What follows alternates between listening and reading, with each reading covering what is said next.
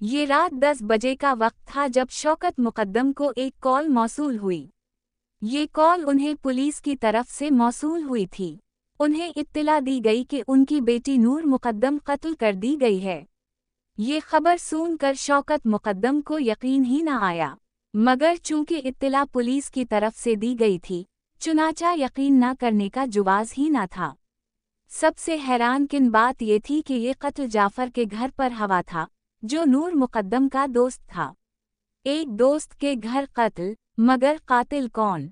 यही वो सोच एक धमाका थी जो शौकत मुकद्दम के दिमाग में मुसलसल हो रहा था। जब वो जाफर की रहाइश गाह पर पहुंचे तो मंजर नाकाबिल यकीन था। उनकी बेटी को इंतहाई बेदर्दी से कत्ल कर दिया गया था। उसका जिस्म खून से लथपथ था, जिस्म जख्मी था और सर धड़ से जुदा था।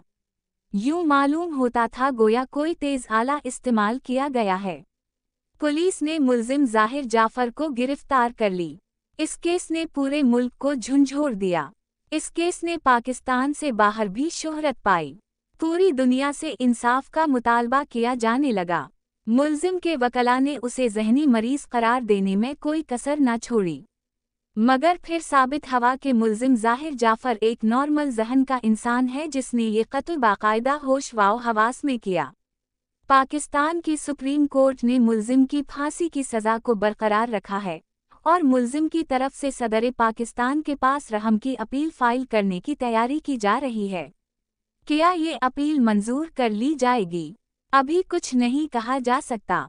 मुल्जिम का ताल्लुक एक बहुत बड़े ख़ानदान से है, जिसके पास दौलत, स्टेटस और ताल्लुकात सब कुछ है। शौकत मुकद्दम माजी में पाकिस्तान के साबिक सफ़ीर रहे हैं। तराजू सदर पाकिस्तान के हाथ में है।